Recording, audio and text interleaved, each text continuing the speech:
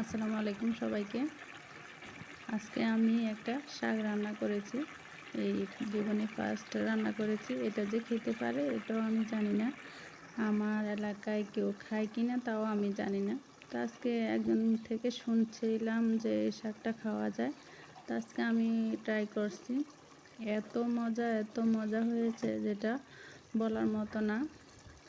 আমি শুটকি দিয়েই শাকটা রান্না করেছি। দেখতে যতটা সুন্দর, খেতেও অসম্ভব মজার এই শাকটা। তো কী শাক রান্না করেছি আপনাদের সাথে শেয়ার করব। আমি এখানে শুটকি দিয়ে আলু দিয়ে টমেটো দিয়েছি, তো এটা দিয়ে রান্না করেছি। এই যে এই শাকটা আমার বেলকনিতে কিছু টবের মধ্যে আমি শখ করে এই শাকটা লাগিয়েছি। কিছু মিষ্টি কুমড়ার বিচি লাগিয়েছি, মরিচের বিচি, তারপরে এটা ছিল আলু। আমরা যে আলুটা খাই এই আলুটা, কে জানে আপনারা চিনছেন কিনা এই শাকটা।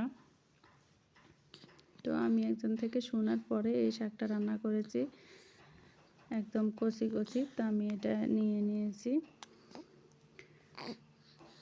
এত মজা, আপনারা একবার হলেও ট্রাই করবেন। যারা খান নাই, যারা খেয়েছেন তারা তো জানেনই নিশ্চয়ই। আর যারা না খান নাই তারা একবার হলেও ট্রাই করবেন। আমার বেলকনিতে এই শাকগুলা হয়েছে। আসলে এই দেশে শাকের অনেক দাম, তো আমার কাছে আবার শাক অনেক ভালো লাগে। তো ঠিক আছে, ওকে, আল্লাহ হাফেজ। আসসালামু আলাইকুম সবাইকে। আজকে আমি একটা শাক রান্না করেছি। এই জীবনে ফার্স্ট রান্না করেছি। এটা যে খেতে পারে এটাও আমি জানি না। আমার এলাকায় কেউ খায় কিনা তাও আমি জানি না। তো আজকে একজন থেকে শুনছিলাম যে এই শাকটা খাওয়া যায়।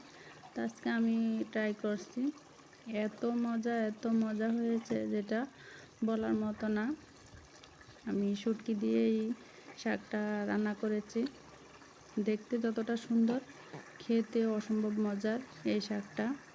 তো কী শাক রান্না করেছি আপনাদের সাথে শেয়ার করব। আমি এখানে শুটকি দিয়ে আলু দিয়ে টমেটো দিয়েছি, তো এটা দিয়ে রান্না করেছি। এই যে এই শাকটা আমার বেলকনিতে কিছু টবের মধ্যে আমি শখ করে এই শাকটা লাগিয়েছি। কিছু মিষ্টি কুমড়ার বিচি লাগিয়েছি, মরিচের বিচি, তারপরে এটা ছিল আলু। আমরা যে আলুটা খাই এই আলুটা, কে জানে আপনারা চিনছেন কিনা এই শাকটা। তো আমি একজন থেকে শোনার পরে এই শাকটা রান্না করেছি, একদম কচি কচি। তো আমি এটা নিয়ে নিয়েছি।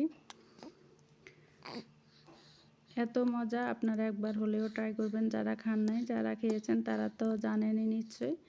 আর যারা না খান নাই তারা একবার হলেও ট্রাই করবেন। আমার বেলকনিতে এই শাকগুলা হয়েছে। আসলে এই দেশে শাকের